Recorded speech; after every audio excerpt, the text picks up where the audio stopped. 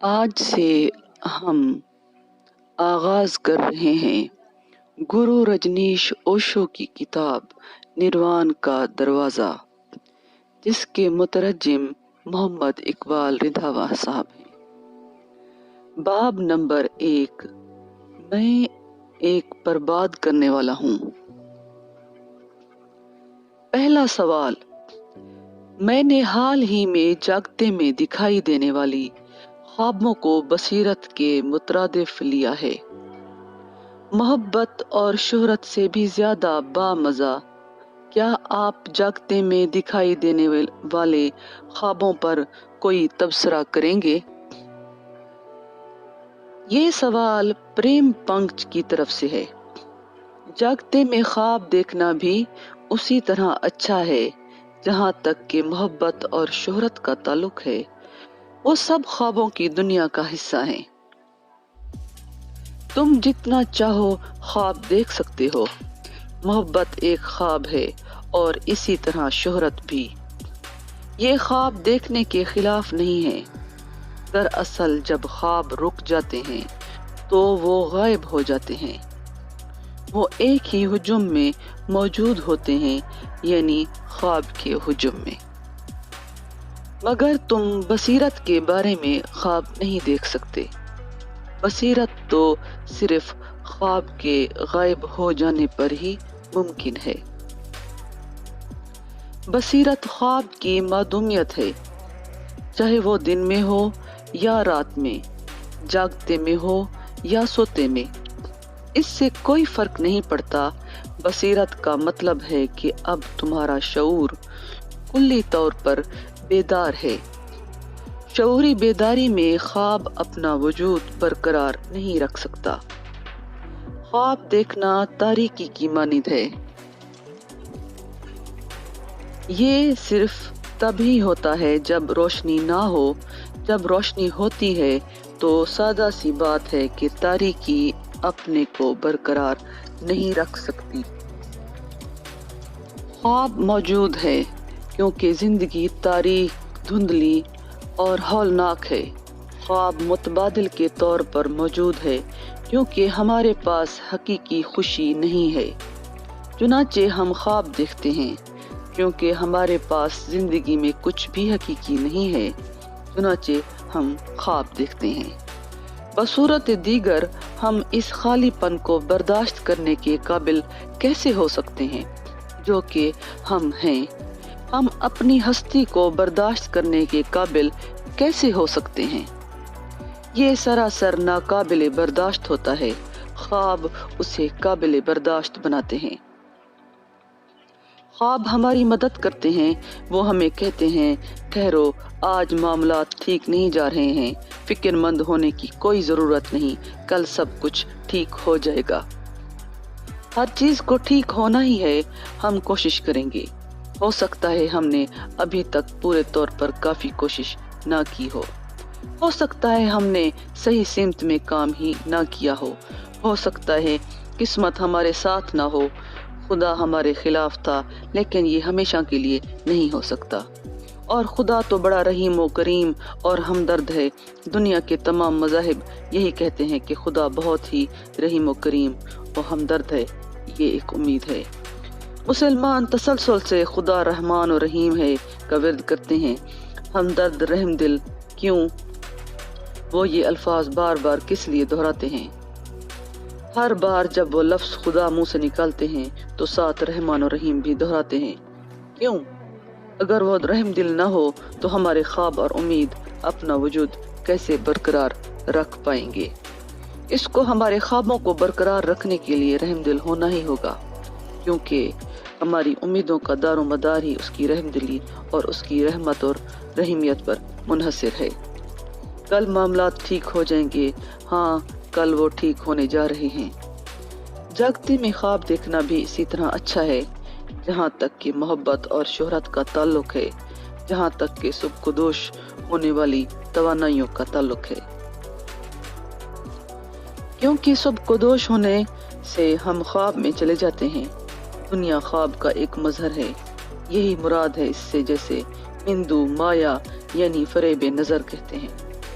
یہ بھی انہی اشیاء سے مل کر بنا ہے جن سے کہ خواب بنتے ہیں۔ یہ ایک جاگتا خواب ہے جو کھلی آنکھوں سے دیکھا جاتا ہے۔ مگر بصیرت ہستی کے ہونے کا ایک کلی طور پر مختلف انداز ہے۔ وہاں خوابوں کے لیے کوئی جگہ نہیں، اور اگر تم خواب دیکھنا جاری رکھو گے تو صاحب بصیرت ہونا ممکن نہیں ہوگا۔ کچھ دن پہلے میں ایک خوبصورت قصہ پڑھ رہا تھا۔ ایک شخص کے پاس ایک طوطا تھا، مگر تمام تر کوششوں کے باوجود وہ اسے ایک لفظ بھی بولنا نہ سکھا سکا۔ پرندہ گنگا ہی رہا۔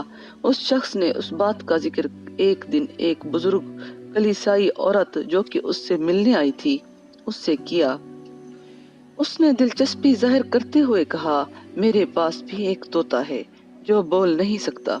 میرے خیال میں یہ اچھا رہے گا کہ ہم دونوں پرندوں کو ایک جگہ پر اکٹھا کر دیں اور دیکھیں کہ کیا ہوتا ہے۔ اور انہوں نے ایسا ہی کیا۔ طوطوں کو ایک بڑے پنجرے میں ڈالتے ہوئے وہ شخص اور بزرگ کلیسیائی عورت دونوں ہی ان کی نظروں سے اوجھل ہو گئے، مگر وہ ان کی باتیں سننے کی حدود سے دور نہ گئے۔ پہل تو سناٹا ہی رہا، پھر پروں کی پھڑ پھڑاہٹ سنائی دی اور بزرگ عورت کے طوطے نے شور مچانا شروع کر دیا۔ پیار کرنے کے متعلق تمہارا کیا خیال ہے پیارے؟ جس کے جواب میں اس شخص کے طوطے نے کہا، اسی موقع کے لیے تو میں سال ہر سال خاموشی سے دعا گو اور منتظر رہا ہوں۔ آج میرے خوابوں کو تعبیر ملی ہے، آج میں بات کر سکتا ہوں۔ اگر تم محبت اور شہرت کے منتظر ہو، دعا گو ہو اور خواب دیکھ رہے ہو تو ایک دن یہ ضرور پورا ہو جائے گا۔ یہ کوئی مشکل مظہر نہیں ہے، اس کے لیے صرف ثابت قدم ہونے کی ضرورت ہے، اور یہ ہو جاتا ہے۔ اس کے لیے تمہیں اپنا کام جاری رکھنے کی ضرورت ہے، اور یہ ہونے کا پابند ہے کیونکہ یہ تمہارا خواب ہے۔ اس کے لیے تمہیں صرف ایک یا دوسری جگہ تلاش کرنا ہوگی جہاں پر کہ تم اس کی مناسب منصوبہ بندی کر سکو، اور تم اس کو دیکھ سکتے ہو بالکل ایسے ہی جیسے کہ یہ ایک حقیقت بن چکی ہو۔ جب تم کسی مرد یا عورت کی محبت میں مبتلا ہوتے ہو تو دراصل تم کیا کر رہے ہوتے ہو؟ تم اپنے اندر ایک خواب کو پال رہے تھے۔ اب اچانک ہی متعلقہ عورت تمہارے ذہن کی سکرین پر ابھرتی ہے، تم اپنے خواب میں اس کا خاکہ بناتے ہو، تم محسوس کرنا شروع کر دیتے ہو کہ میرا خواب پورا ہو گیا ہے۔ عورت اپنے خواب میں تمہارا خاکہ بناتی ہے، اب تم اس کے ذہن کی سکرین پر ابھرنا شروع ہو جاتے ہو، اور وہ بھی محسوس کرنا شروع کر دیتی ہے کہ اس کا خواب پورا ہو گیا ہے۔ اگر تم خواب دیکھتے رہو گے تو کسی نہ کسی دن سکرین کو پا ہی لوگے، کوئی نہ کوئی سکرین بن ہی جائے گا اور تمہارا خواب پورا ہو جائے گا۔ لیکن بصیرت خواب نہیں ہے، یہ تو تمام خوابوں سے چھٹکارا پانا ہے۔ اس لیے برائے مہربانی بصیرت کے متعلق خواب مت دیکھو۔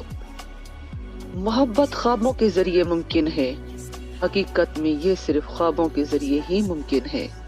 شہرت بھی خوابوں کے ذریعے ممکن ہے، حقیقت میں یہ صرف خوابوں کے ذریعے ہی ممکن ہے۔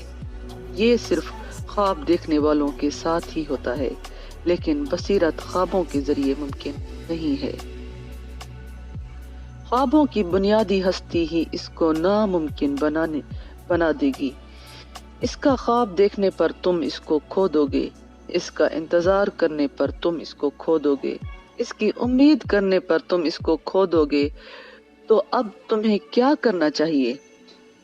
یہ جو تم کرنا چاہتے ہو وہی خوابوں کی اس میکانزم کو سمجھنے کا ذریعہ ہے۔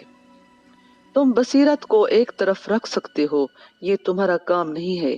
تم صرف خواب دیکھنے کی استعداد میں گہرائی میں جا کر ان پر غور کرو، یہ سمجھنے کی کوشش کرو کہ خواب اپنا کام کس طرح انجام دیتے ہیں۔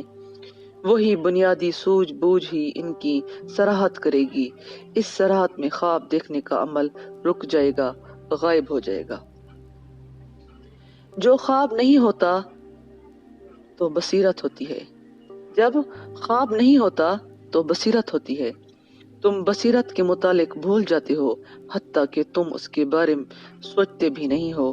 تم اس کے متعلق کیسے سوچ سکتے ہو؟ اور جو کچھ بھی تم سوچتے ہو وہ غلط ہونے جا رہا ہے. تم اس کے لیے پر امید کیسے ہو سکتے ہو؟ اس کے متعلق تمام امیدیں غلط ہونے جا رہی ہیں. تم اس کی خواہش کیسے کر سکتے ہو؟ اس کی خواہش نہیں کی جا سکتی. تو اب تمہیں کیا کرنا چاہیے؟ خواہش کو سمجھنے کی کوشش کرو، امید کو سمجھنے کی کوشش کرو، خواب کو سمجھنے کی کوشش کرو. یہ ہے جس کی ضرورت ہے. بس تمہیں یہ سمجھنے کی کوشش کرنی ہے کہ اب تمہارا ذہن کیسے کام کرتا ہے. ذہن کے کام کرنے کے طریقے پر غور کرنے سے ذہن غائب ہو جاتا ہے. ذہن کے اندرونی میکانزم پر صرف ایک گہری نگاہ ڈالو تو اچانک وہ ٹھہر جائے گا. اس ٹھہراؤ میں بصیرت کا ظہور ہوتا ہے. اس ٹھہراؤ میں ہستی میں کلی طور پر ایک نئی قدر کا سواد ہوتا ہے. خواب ایک قدر ہے تو ہستی دوسری قدر ہے. ہستی اپنا وجود رکھتی ہے لیکن خواب محض ایک عقیدہ ہے. دوسرا سوال. اپنے کئی حالیہ خطوں میں آپ نے مسئلے کے نہ ہونے پر بات کی ہے. ہمارے مسائل کی ایک گھٹن زدہ کیتھولک خاندان میں پروان چڑھنا ہے اور ایک یکساں طور پر احمقانہ نظام تعلیم میں 21 سال گزارنے کے بعد کیا آپ یہ کہنا چاہتے ہو کہ عمارت کے یہ تمام اعزازات، یہ تمام مراتب اور تمام دباؤ وجود ہی نہیں رکھتے اور ان کو فوری طور پر ختم کر دیا جائے یا ختم کیا جا سکتا ہے؟ ابھی دماغ پر ثبت ہوئے تمام نقوش کا اور جسم کے اعصابی نظام پر ان کی وجہ سے ہوئے اثرات کا کیا ہوگا؟ یہ بہت ہی اہم سوال ہے اور یہ سوال جین آنند کی طرف سے ہے. سوال اس لیے اہم ہے کیونکہ یہ انسان کی اندرونی حقیقت کے بارے میں دو مختلف نقطہ نظر کی بات کرتا ہے. مغربی نقطہ نظر ہے مسئلے کے بارے میں غور کرنا، مسئلے کی وجوہات تلاش کرنا، مسئلے کی تاریخ میں جانا، مسئلے کے ماضی میں جانا، مسئلے کو اس کی بنیاد میں جا کر کنگھالنا، ذہن کو غیر مشروط کرنا، جسم کو اس سر نو درست کرنا، ذہن کے ساتھ چمٹے ہوئے تمام نقوش کو نکال باہر کرنا. یہ ہے مغرب کا نقطہ نظر. نفسیاتی تجزیہ کار حافظے میں جاتے ہیں، وہ وہاں کام کرتے ہیں، وہ تمہارے بچپن کو، تمہارے ماضی کو کنگھالتے ہیں. وہاں سے وہ مزید پیچھے جانے کی کوشش کرتے ہیں. وہ یہ تلاش کرنے کی کوشش کرتے ہیں کہ مسئلہ ابھرا کہاں سے ہے. ہو سکتا ہے 50 سال پہلے جب تم بچے تھے مسئلہ تمہاری ماں کے ساتھ تعلق داری سے ابھرا ہو، تو پھر نفسیاتی تجزیہ کار وہاں تک پیچھے جائے گا.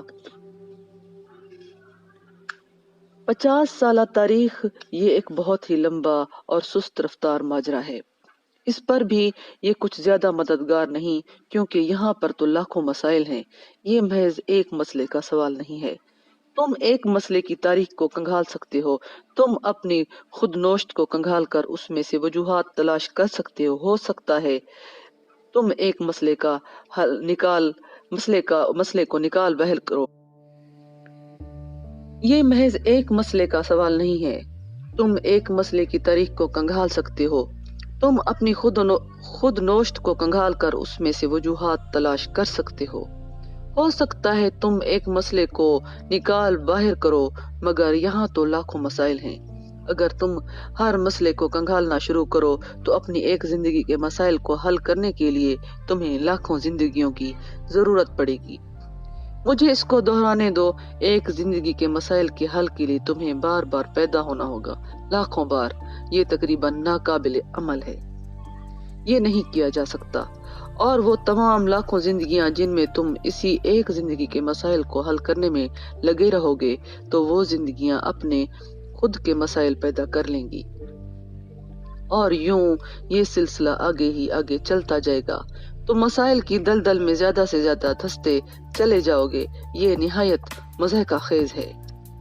اب وہ نفسیاتی تجزیہ کاری کا طرز عمل وجود کے اندر تک پہنچ جاتا ہے اور پھر وجود اور اعصابی نظام پر سے ان نقوش کو مٹانے کے لیے کئی طریقے استعمال کیے جاتے ہیں۔ ایک بار پھر سے تمہیں جسم کی تاریخ کا مطالعہ کرنا ہوگا، تاہم دو نقطہ نظر کے بارے میں ایک بات یقینی ہے کہ دونوں منطقی طور پر ایک ہی نمونے کے حامل ہیں، یعنی مسئلہ چونکہ ماضی کی پیداوار ہے اس لیے اسے ہر صورت میں ماضی کے ذریعے سے ہی سلجھانا ہوگا۔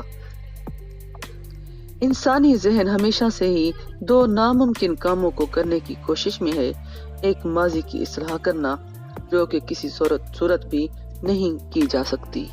ماضی گزر چکا ہے، حقیقت میں تم ماضی میں کسی طور بھی واپس نہیں جا سکتے۔ جب تم ماضی میں واپس جانے کا سوچتے ہو تو زیادہ تر تم اس کی یاد تک ہی رسائی پاتے ہو۔ وہ حقیقی ماضی تو نہیں ہوتا، وہ تو محض اس کی یاد ہوتی ہے۔ ماضی کی کسی طور بھی وہاں نہیں ہوتا، اس لیے تم اس کی اصلاح بھی نہیں کر سکتے۔ انسانیت کے لیے یہ ایک ناممکن الحصول منزل ہے، اس کی وجہ سے انسان نے بہت سی تکلیفیں برداشت کی ہیں۔ تم ماضی کو ختم کرنا چاہتے ہو، تم اسے کیسے ختم کر سکتے ہو؟ ماضی تو اٹل ہے، ماضی کا مطلب ہے تمام امکان ختم ہو چکے ہیں، یہ ایک حقیقت بن چکا ہے۔ اب یہاں پر اس کی اصلاح کا، اس کو ختم کرنے کا، اس کو دوبارہ کرنے کا کوئی بھی امکان نہیں ہے۔ تم ماضی کے ساتھ کچھ بھی نہیں کر سکتے۔ اور دوسرا ناممکن آئیڈیا جس نے کہ ہمیشہ سے انسانی ذہن کو اپنے تسلط میں رکھا ہے، اپنے مستقبل کو بہتر بنانا ہے، جو کہ کسی طور بھی دوبارہ نہیں کیا جا سکتا۔ مستقبل کا مطلب ہے جو ابھی نہیں ہے، تم اس کو بنا نہیں سکتے۔ مستقبل غیر مسلمہ ہی رہتا ہے، مستقبل کھلا رہتا ہے، مستقبل خالص امکان ہے۔ جب تک یہ ہو نہ جائے تم اس کے بارے میں یقینی طور پر کچھ نہیں کہہ سکتے۔ ماضی ایک خالص حقیقت ہے، وہ ہو چکا ہے، اب اس کے لیے کچھ بھی نہیں کیا جا سکتا۔ انسان حال میں کھڑا ہو کر ہمیشہ ان دونوں ناممکنات کے بارے میں ہی سوچتا رہتا ہے۔ وہ مستقبل کے بارے میں، کل کے بارے میں ہر چیز کو یقینی بنانا چاہتا ہے، جو کہ کسی طور بھی نہیں کیا جا سکتا۔ اس کو اپنے دل کی گہرائی میں جتنا ممکن ہو سکتا ہے ڈوب جانے دو، یہ نہیں کیا جا سکتا۔ اپنے لمحے موجود کو مستقبل کو یقینی بنانے کے لیے ضائع مت کرو۔ مستقبل غیر یقینی ہے، یہی تو مستقبل کی بنیادی خصوصیت ہے۔ اور اپنا وقت پیچھے مڑ کر دیکھنے میں ضائع مت کرو۔ ماضی گزر چکا ہے، یہ ایک مردہ مظہر ہے، اس کے لیے کچھ بھی نہیں کیا جا سکتا۔ زیادہ سے زیادہ جو تم کر سکتے ہو وہ صرف یہ ہے کہ تم اس کی دوبارہ سے تشریح کر سکتے ہو، بس اتنا ہی ہے۔ یہی ہے جو کہ تحلیل نفسی کر رہی ہے، یعنی اس کی دوبارہ سے اس کی تشریح کی جا سکتی ہے، مگر ماضی تو ویسا ہی رہتا ہے۔ تحلیل نفسی اور علم نجوم کسی نہ کسی طرح مستقبل کو یقینی بنانے کی کوشش کرتا ہے، اور تحلیل نفسی ماضی کو دوبارہ سے بنانے کی کوشش کرتی ہے۔ ان میں سے کوئی بھی سائنس نہیں ہے، دونوں کام ہی ناممکن ہیں، تاہم دونوں کے لاکھوں پیروکار ہیں، کیونکہ انسان اس کو اسی طرح سے پسند کرتا ہے۔ وہ مستقبل کے بارے میں یقینی ہونا چاہتا ہے، لہٰذا وہ نجومی کے پاس جاتا ہے، وہ ای چنگ سے مشاورت کرتا ہے، وہ تاش کے پتوں سے قسمت کا حال بتانے والوں کے پاس جاتا ہے، اور یہاں پر اپنے آپ کو بے وقوف بنانے کے، اپنے آپ کو دھوکہ دینے کے 1001 طریقے ہیں۔ اور پھر یہاں ایسے لوگ ہیں جو دعویٰ کرتے ہیں کہ ہم ماضی کو بدل سکتے ہیں، وہ ان سے بھی مشاورت کرتا ہے۔ ایک دفعہ جب یہ دونوں ہی باتیں تیاگ دی جاتی ہیں تو تم حماقت کی تمام اقسام سے آزاد ہو جاتے ہو۔ تب تم نہ نفسیاتی تجزیہ کار اور نہ ہی نجومی کے پاس جاتے ہو، تب تم جان لیتے ہو کہ ماضی ختم ہو چکا ہے، تم بھی اس کے ساتھ ہی ختم ہو چکے ہو، اور مستقبل ابھی واقع نہیں ہوا۔ جب بھی وہ واقع ہوگا ہم دیکھ لیں گے، اس کے بارے میں اس وقت تک کچھ بھی نہیں کیا جا سکتا، تم صرف لمحہ موجود کو برباد کر سکتے ہو۔ حقیقت میں یہی لمحہ ہے جو کہ تمہیں دستیاب ہے۔ مغرب تواتر سے مسائل کو دیکھ رہا ہے کہ ان کو کیسے حل کرنا ہے۔ مغرب مسائل کو بڑی سنجیدگی سے لے رہا ہے، اور جب تم ایک خاص منطق کی طرف جا رہے ہوتے ہو، ایک احاطے میں رہتے ہو، وہ منطق مکمل دکھائی دیتی ہے۔ میں ایک قصہ پڑھ رہا تھا۔ ایک عظیم فلسفی اور دنیا کا معروف ریاضی دان ایک ہوائی جہاز میں سفر کر رہا تھا۔ وہ اپنی نشست میں بیٹھا حساب کے کسی گمبھیر مسئلے پر غور کر رہا تھا کہ اچانک جہاز کے کپتان کی طرف سے ایک اعلان ہوا: مجھے افسوس ہے کہ ہمیں کچھ تاخیر ہو جائے گی۔ 1 نمبر انجن نے کام کرنا چھوڑ دیا ہے، اب ہم تینوں انجنوں پر اڑ رہے ہیں۔ تقریباً 10 منٹ کے بعد ایک اور اعلان ہوا: مجھے ڈر ہے کہ مزید کچھ تاخیر ہو جائے گی، انجن نمبر 2 اور 3 نے بھی کام کرنا چھوڑ دیا ہے، اور صرف انجن نمبر 4 باقی بچا ہے۔ لہٰذا فلسفی اپنے ساتھ والی نشست کی طرف مڑا اور اس میں بیٹھے ہوئے شخص سے مخاطب ہوا: بہت خوب، اگر وہ بھی بند ہو گیا تو ہمیں ساری رات یہیں پر اوپر ہی گزارنی پڑے گی۔ جب تم ایک خاص نہج پر سوچ رہے ہوتے ہو تو اس کی بنیادی رہنمائی خاص اشیاء کو ممکن بنا دیتی ہے۔ مضحکہ خیز اشیاء بھی ممکن ہو جاتی ہیں۔ ایک بار جب تم انسانی مسائل کو سنجیدگی سے لیتے ہو، ایک بار جب تم انسان کے متعلق ایک مسئلہ ہونے کے طور پر سوچنا شروع کرتے ہو، تو تم بنیادی طور پر اس بات کو تھوڑا بہت تسلیم کر لیتے ہو کہ تم نے پہلا قدم غلطی سے اٹھایا تھا۔ اب تم ایک سمت میں جا سکتے ہو اور تم بار بار جا سکتے ہو۔ اب اس صدی میں ذہنی مظاہر، نفسیاتی تجزیہ کاری، لاکھوں مضامین، صحائف اور کتابیں اس عظیم ادب کے بارے میں لکھ کر معرض وجود میں آ چکے ہیں۔ ایک دفعہ جو فرائڈ نے اس خاص منطق کا دروازہ کھولا تو اس کا غلبہ پوری صدی رہا۔ مشرق کا نظریہ اس سے بالکل ہی مختلف ہے۔ نمبر 1، پہلی بات وہ کہتا ہے کوئی مسئلہ بھی سنگین نہیں ہے۔ جس لمحے تم کہتے ہو کہ کوئی مسئلہ بھی سنگین نہیں ہے، مثلا تقریباً 99% ختم ہو جاتا ہے۔ مسئلہ تقریباً 99% ختم ہو جاتا ہے۔ اس کے بارے میں تمہارا کلوین ہی بدل جاتا ہے۔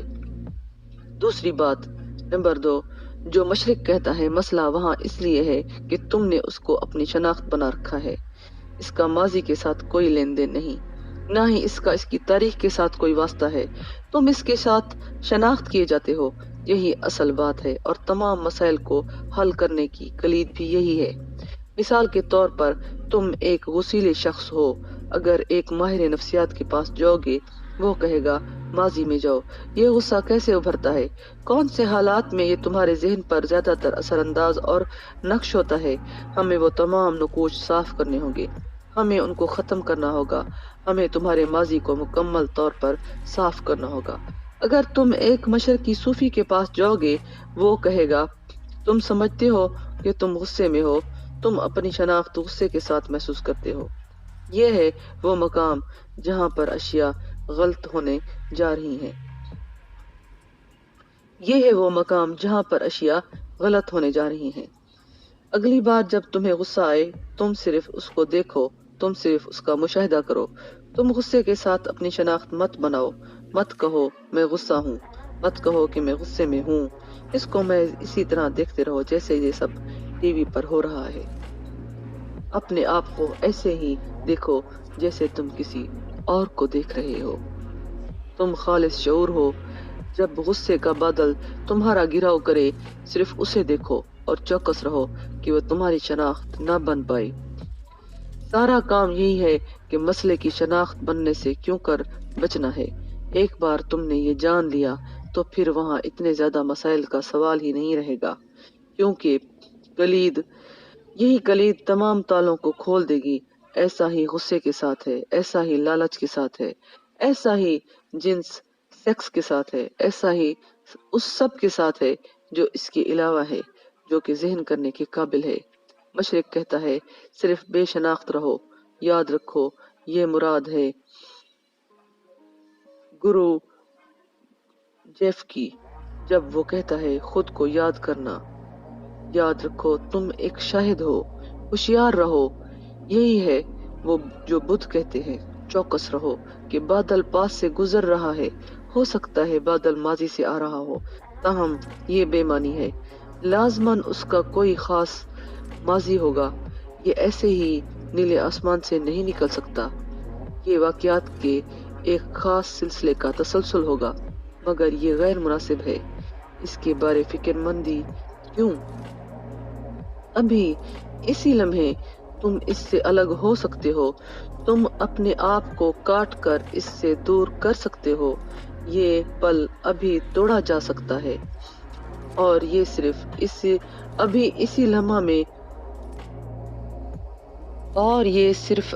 اسی لمحہ موجود میں ہی توڑا جا سکتا ہے۔ سوال مناسب ہے۔ جے نندن نے پوچھا ہے، اپنے کئی حالیہ خطبوں میں آپ نے مسئلے کے نہ ہونے پر بات کی ہے، ہمارے مسائل کی عدم موجودگی ہمارا ایک گھٹن زدہ کیتھولک خاندان میں پروان چڑھنا ہے۔